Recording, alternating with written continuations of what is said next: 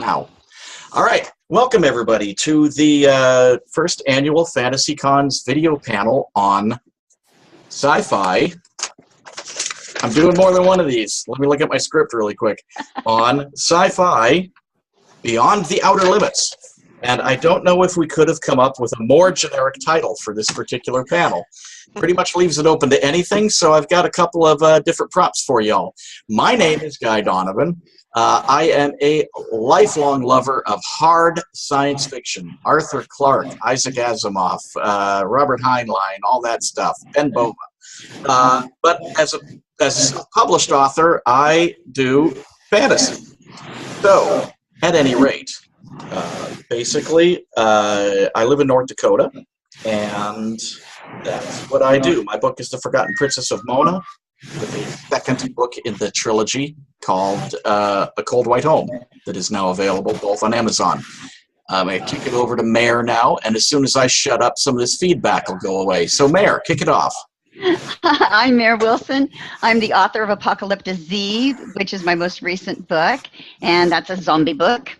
So it's in the sci-fi genre-ish.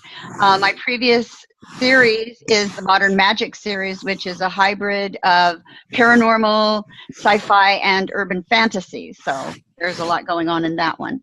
And I'm with you, Guy. I grew up on all of the classics in sci-fi. Introduced to it through Ray Bradbury and Philip K. Dick. So a lot of the hardcore Isaac Asimov, one of my loves. I think I've read everything that I could get my hands on with him. He's so awesome. Okay, well then we'll go over to Brian, please. You're next.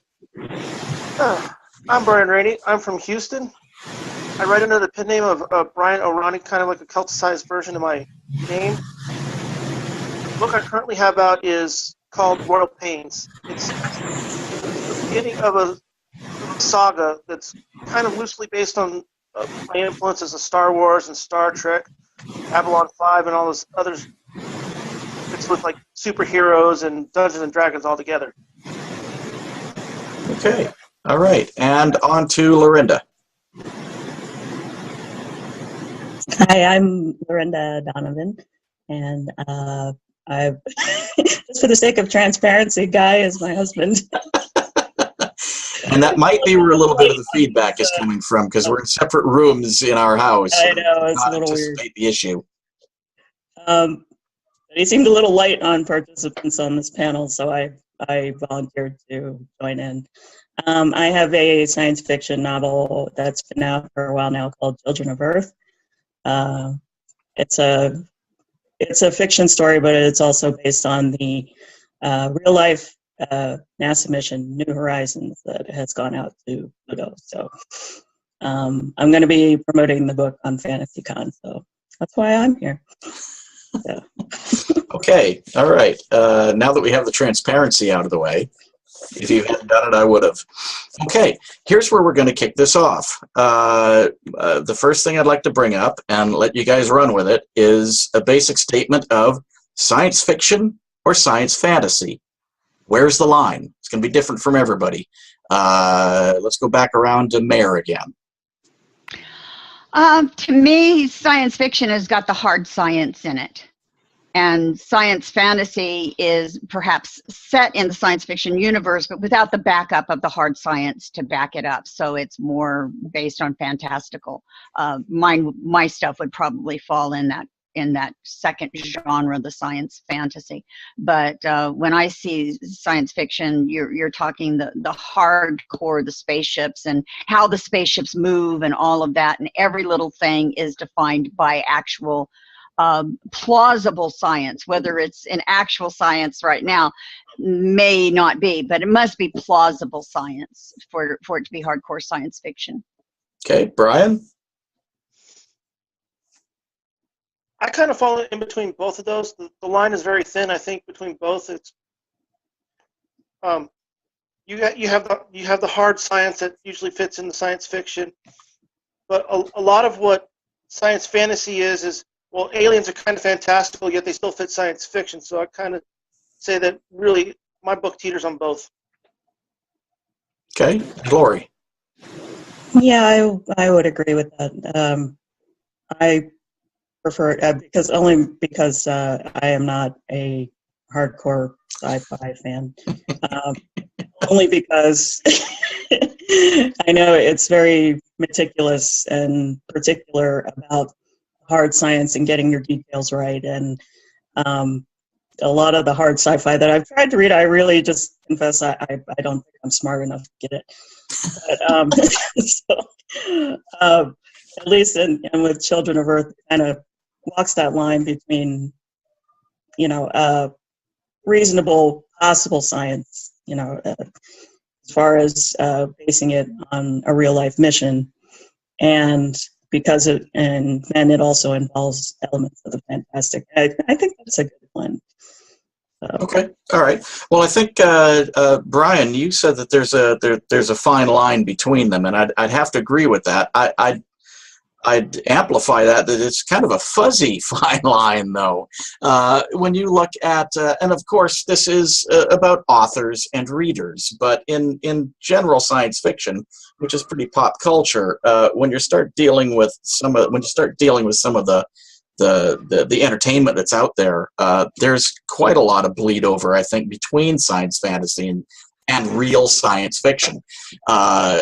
More recently, shows like the rebooted Battlestar Galactica are showing more ballistic trajectories in their spacecraft, as acting like spacecraft, spinning around and using thrusters to reverse course and whatnot, as opposed to Star Wars, in which they're flying around like World War II fighter planes. Yet, Battlestar Galactica, for its attempts, and others, of course, it's only one example, for their attempts at addressing the actual science, they still have sound in space. Things go boom, and you hear them go boom. A real good example, I think, of a deceptive blend would be the movie Gravity, which, with its utter silence in vacuum, really leads one to believe that this is actual hardcore science fiction until you realize, wait, you can't thrust directly to the Chinese space station from the ISS by aiming at it. So I think those are good points all around. Now, as a follow-up, I would like to ask, how much in your writing, this is for all three of you, in your writing, how much actual science do you include? And has it ever forced you down an unexpected road in terms of storytelling? Just keep going around the same order. Go back to Mayor. I had to do research in the zombie book. The previous series, it's based in science, but it's pseudoscience, and I know it's pseudoscience, so I called it science fiction because of that. But you got to keep in mind I'm older, so to me it was science fiction and fantasy. So we have all of these genres and subgenres and subgenres now that, as they said, the line is fuzzy. But my own stuff, I did have to do some research in Apocalypse Z, and I can't give away too much or I give away a major plot twist, and I don't want to do that. But yeah, it when I discovered that the path I was on was incorrect, I had to back up and do some changes in the book, and I think it did make for a fuller novel. With what I had to change to, I think it made it a lot more fun, I think. Mm-hmm. All right, and Brian, your take. I use quite a bit of science in there, like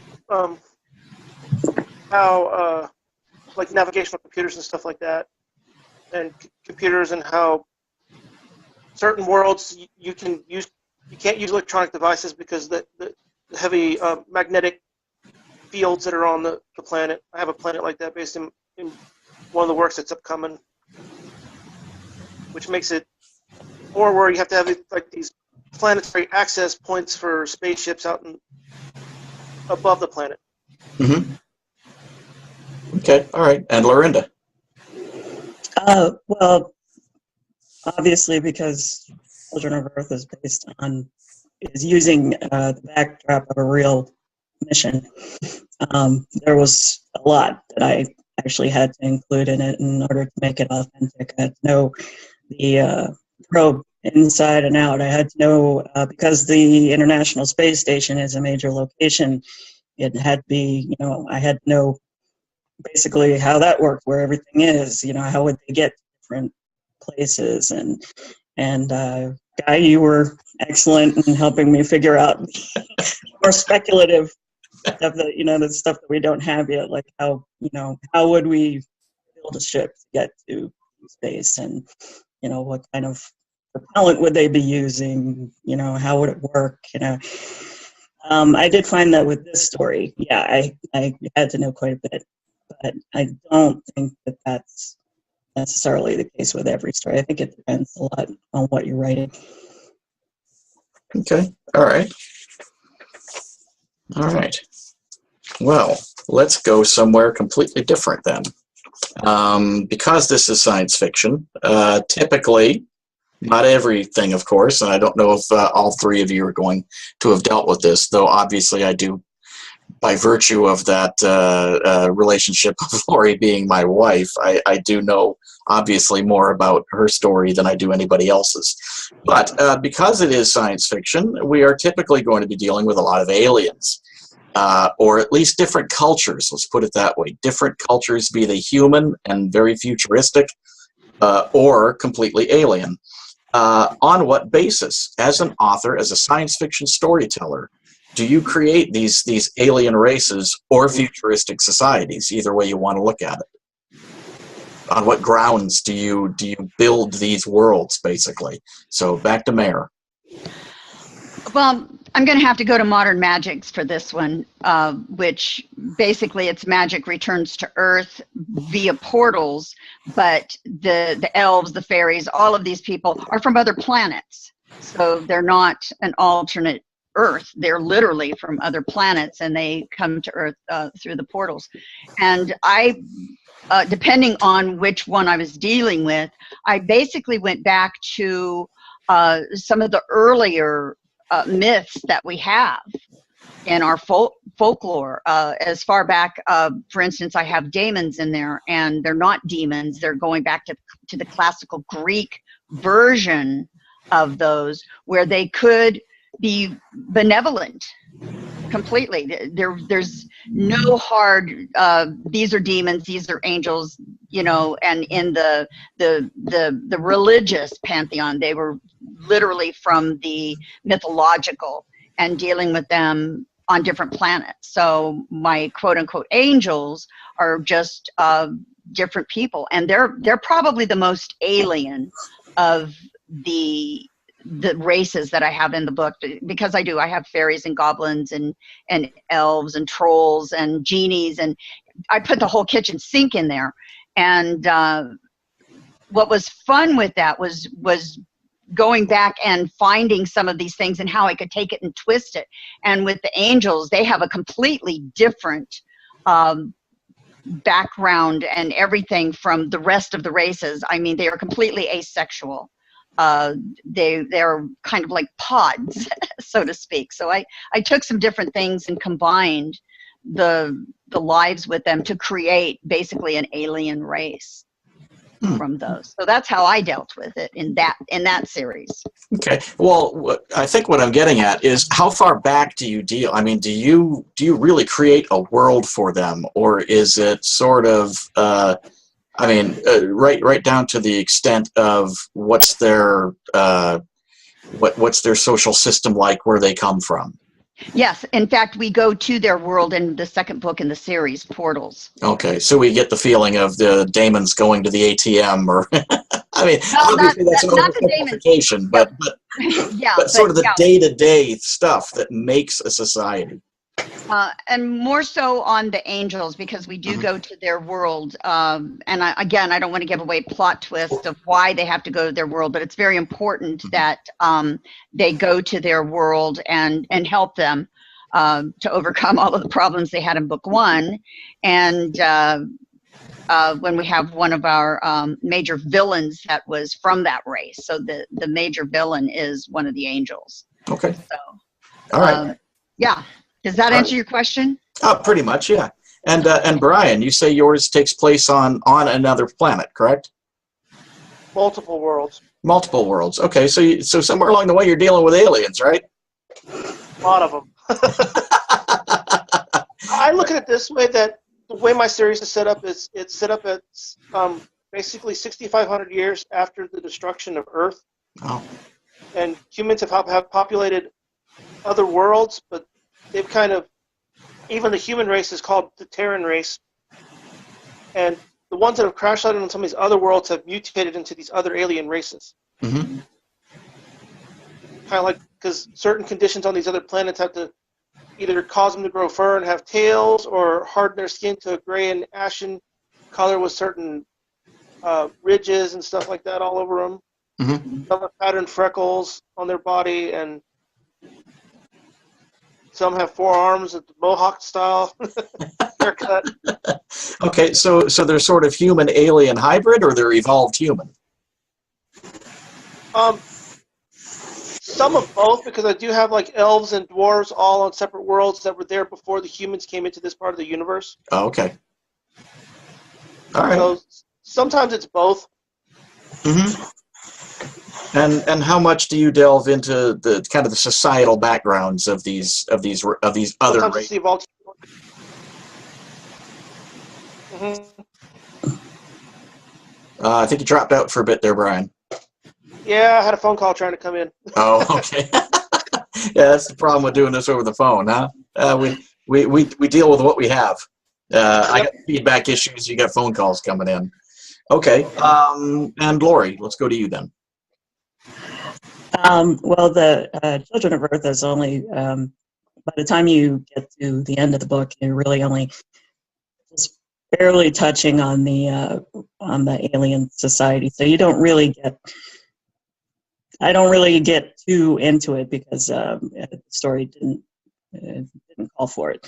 But I would think that when I was coming up with the idea of what they would be like, I tried to just think of what haven't I seen yet. Mm-hmm. You know, I really just, I know, I really thought of more of like what I don't want to see, which is, I'm writing this as something that I, would want to read.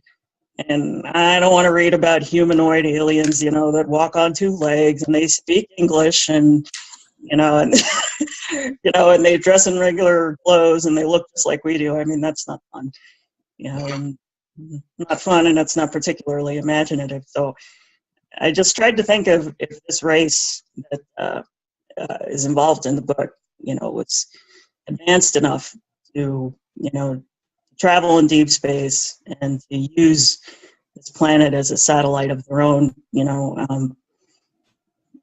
they have to be, I really just tried to get out of, what we know or what we think we know about what aliens would be like, and tried to think of different forms that they would take. Would they even have bodies? Would their home planet be completely aquatic? Would they be living in some kind of liquid? Would they be gaseous? Would they be light? Would they even talk? That kind of thing. So I tried to incorporate all of these ideas and when giving an idea of what it would be like. So, and that's definitely what I would prefer to see. Okay. All right. Well, then here's something else. Another attitude of approach here, I guess, to use the technical term. And we're going to kind of skip topics a little bit here, but it's such a broad category because the panel really wasn't envisioned with a narrower focus, and frankly I did not have the time available to me to really kind of force it into one. I really just kind of wanted to make it sort of an overall conversation amongst three authors about several different topics. Now here's one that's going to be kind of near and dear to most science fiction, with the exception of when you get into the more societal stuff. But most science fiction is geek nirvana, and I'm going to go for the Mount Everest of geek nirvana. Pick one. Faster than light or generation ships? What's your preferred mode of travel, I guess? Mayor? Faster than light. FTL, definitely. Okay, come on. You got to give me more reason. I think you can get to where you're going Mm-hmm. a little faster. And in generational ships, it's the journey is the story. Mm-hmm. And in FTL, I think the destination is the story. Mm-hmm. So I tend to be, let me get there and see what's happening over there. So I think it has to do with just whether you, and I like both, don't get me wrong, I like both, but if I were going to write one, I would probably go FTL because I would be wanting to be about that destination and talking about that world. Okay, I was just going to say you're probably not a Rendezvous with Rama fan then, huh? Actually, I am. I love Rendezvous with Rama. I love that. I love the generation ships. It's just that if I were going to write one, it would probably be FTL. Mm-hmm. Okay. Now, having said that, I'll probably go write a generation. All right, Brian. I use the FTL in mine, but I use it with the what's called jump gates that have pre-designed paths set up between the jump gates. Mm-hmm. So a Stargate-ish Babylon 5 kind of thing. Yeah. Mm-hmm. Use it that way, just to give it a little more science to where they have to go, and it could potentially cause more problems where one could shut down a jump gate that they know someone's going to and send them out back into regular space with a damaged ship and everything else. Mm-hmm. Okay. All right. Part of one of the plot points that's in Royal Pains too. Okay. All right. And Lori. I think I would have to go with Mayor. I think FTL probably gives you a little more leeway as far as what you can do. Mm-hmm. As much as I love spaceships. I mean, I love their design. I love, the whole kind of Navy approach to, spaceships. As much as I like that, though, like I said, like Mayor said, if I were writing it, I would probably go with Faster Than Light. Mm-hmm. It gives you more options, I think. Although you did not.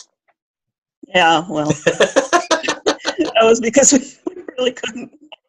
I mean, we had to deal with what we could feasibly do right now. Yeah, and I think that's something because if you're going to go with the FTL, you're really not going to be able to do something a little closer to our current time frame. Obviously, Correct. We don't have FTL. So it's a great tool, though. But okay, all right. Brian has an interesting point too, in the use of portals or gates. I think that's also. As far as writing a story goes, I think that's a good option as well. Mm-hmm. If you don't want to do faster than light travel, if you don't want to get into all that, I think a portal or a Stargate, for lack of a better word, it's a good option too. Okay. All right. Well, then let me look at the rest of my list. Okay. Here we go. Now this one. This one could be kind of fun. Naming your futuristic characters. Everybody knows that there's way too many apostrophes in science fiction. What do you guys do? Mayor? I don't use apostrophes, so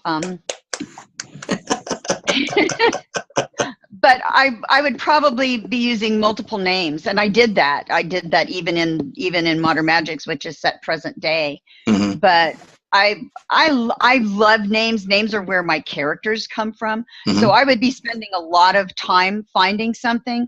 But yeah, I think the apostrophe has probably been overdone in sci-fi names. So fun, it's fun, which is why it's been overdone. But yeah, I probably would be going more for that, and maybe for some phonetic spellings Mm-hmm. of strange sounds, and going more in that round. Okay, so do you go with something that's just kind of completely made up, or do you base it off of something else that's more familiar? Both. I do both. My characters in Modern Magics are Thulu and Lafi, which were actually names based on friends of mine who played WoW, their characters' names in World of Warcraft. So, so I started to give them nicknames because I was just so done with the similar names. And then as typing the names in, I realized they were characters, and I erased them and wrote the book instead. So, yeah, Okay. definitely the names. Okay. All right. And Brian. I try to think of some certain naming conventions for the certain different societies out there, and try and stick with kind of names in those same type of naming conventions. I do use apostrophes for a couple of the races in my characters. Sometimes I use hyphens. Yeah. It all depends on the society I'm trying to write. Well, for all my making fun of it, I don't mean to imply that they should never be used. I do find it to be a little bit of a crutch of a lot of current science fiction writers, but certainly when Star Trek, and I could be wrong on the actual genesis of this, but I want to say when Star Trek kind of started doing it, at least that's where I became aware of the kind of trend. It was a little overdone. But it sounds to me like what you're saying is that you use kind of other naming concepts, maybe something more like what you hear in the world around us, and kind of move on from that to create something new. Yeah, something like that's pretty close to it. Okay, all sometimes right. The names just kind of sometimes these weird names just kind of pop up in my head, and the character's like, "That's my name." You know, that's I mean, it's science fiction. It's sometimes what's coming up from your head is just the best way to go, whether there's any rhyme or reason to it or not. I mean, and typically there is. You just don't realize it because your brain's working on this stuff, and I believe it comes up with something out of a process, whether you realize there's a process there or not. Myself, like I say, I'm a fantasy writer, but a lot of the time what I'll do is I try to take a name from a really lesser known culture. I'm currently doing a novella that's a dragon story, and I'm trying to come up with names for these dragons, and rather than just go with the usual Drogon and something that sounds like dragon and that'll be cool, I'm actually looking into Icelandic names and just taking rough words out of Icelandic language. And it's a cool sound. I mean, I'm going to run with that. I might modify it a little bit, but that's kind of my approach to it. I have just gotten our 8-minute notification. In 8 minutes, Zoom starts to charge us, and since we at Fantasy, at Flavor of Fantasy, are the ultimate cheapskates, we're not going to pay for that. So we got about 8 minutes to wrap this up. We have touched on everything I thought to use as a prompt. I'm going to basically shut up now and leave it up to the three of you. No, actually, Lori, I think you did your name conventions, didn't you? Or no, you? Oh, no. I'm sorry. No. I'm totally walking over my wife. Go ahead. You're only trying to pay attention to like 15 things at once. It's not biggie. I think a lot of it too is story will dictate to you. I think how you should go as far as naming. Like with Children of Earth, even though we didn't touch on it that much, I was keeping it in mind. And again, it occurred to me that it would be a good opportunity to do something that hadn't yet been done. And something that I actually like to do in some of my other writing, which is to not name. And to just try to keep in mind the fact that, maybe they don't use names. Maybe they don't think that way. So it's just trying to do something a little different. But there is the one being in Children of Earth who is an evolved human, like a hybrid of the aliens and the humans. And naming her, it was just coming up with virtue. Not really, taking somebody's name per se, but just pulling a virtue out of the air and assigning that as her name. And, I also like the idea of using like numbers, or just anything atypical. I think it is an interesting idea to pursue as far as alien names, because, like you say, so many of them have already been done so much, with the apostrophes and the phonetic sounds, and just throwing a bunch of consonants together and trying to force people to figure out how you would pronounce that. Oh, now you're making fun of my Welsh names. Yeah. So, I think a lot of times the story will dictate you to a way to how you should be thinking along those lines. Mm-hmm. Okay, all right. Well, then let me touch on that, and we'll do a quick go-round with the three of you on this as sort of an amplification of that. Do you, whether it's overt in the name itself or known only to you, the author, do you pick a name with any sort of assigned meaning behind that name? Mayor? Absolutely. Mm-hmm. Absolutely. I've spent hours researching names for the type of character that I want. And then I take that name and I change it completely, but keeping the base, keeping a base on it, and then I build on it. Okay. So absolutely. All right. Lots Brian? of research. Not per se. Sometimes it just depends on how the names come up and whether or not I feel they apply to how the character's personality is and how it applies to it. Mm-hmm. Okay. But there's still there's a sound to a name. You're clearly going to pick a name because you feel it fits that character in some way, even if it's only by sound. Right. No, I'm just saying I'm not gonna name my badass warrior Reginald. No. What about you? Yeah, one of my lead characters is actually named Ethan. So. Oh, okay. All right. Well, that works. What about you, Lori? Your story is more contemporary, but it's odd I'm asking this because I honestly don't know the answer to this question. And having been around while you were writing the book, you'd think I would, right? Were there any hidden meanings, or not hidden so much, but were there meanings behind the names you chose, the generally common names that you chose? The more common names for the human characters, not so much. I mean, I think it's more with those names. I think it's more just how they sound. Mm-hmm. Just typical names like John Smith. For the average schmuck who's working in the office. That kind of stuff. Yeah, I think at least with me, it's based on more how it sounds to you. But okay.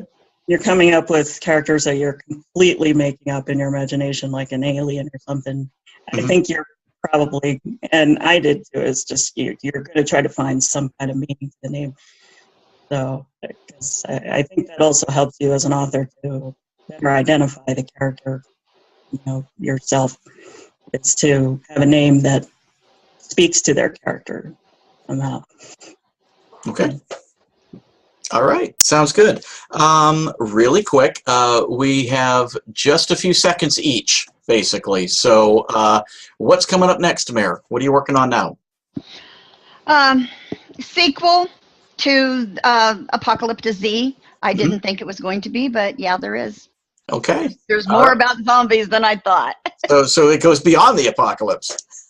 Yeah, we're going to see some of the rebuilding, yeah. Oh, awesome. Great. And Brian, where are you going next? Well, I have a second book getting ready to be released in January called Royal Ties. It's a sequel to Royal Pains, but I've also actually got the fourth book in that series I'm currently writing called Odyssey Star. Oh, great. All right. Well, congratulations on your upcoming release in January. And Lori, what's your next? I have a novel I'm currently working on. It's a supernatural thriller, I would call it, based in New Orleans in the 1930s, kind of delving into all black magic and, just, I mean, you were down there with me, you saw how cool the place is. So. Can't help but be inspired when you go to New Orleans to write a scary story. So it's a creepy, hot, sweaty place, isn't it? Oh, yeah. Okay, well, we are coming up on a minute and a half, so I am going to basically pull the plug on the panel at this point. Allow me to say thank you very much to all of you who are tuning in on YouTube. either directly onto YouTube or through the links on FantasyCon for joining us on our panel on science fiction Beyond the Outer Limits. Very generic title that I think we actually got some pretty decent stuff out of.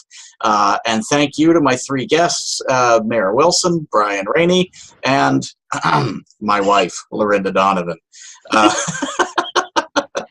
I think this might be the first in the FantasyCon panels to get man and wife on the panel at the same time. At any rate, thank you all for coming, and thank you three for participating. I appreciate it very much. Everybody who is watching, please look up Mayor, Brian, and Lori's books and give them a look. I guarantee they're going to be worth looking at. And if you got a few minutes free, look up The Dragon's Treasure too. It's not sci-fi though, so if you're watching this panel, it might not be up your alley. Again, thank you all very much, and I'm going to wish you all a good day and good luck. All right. Thank you.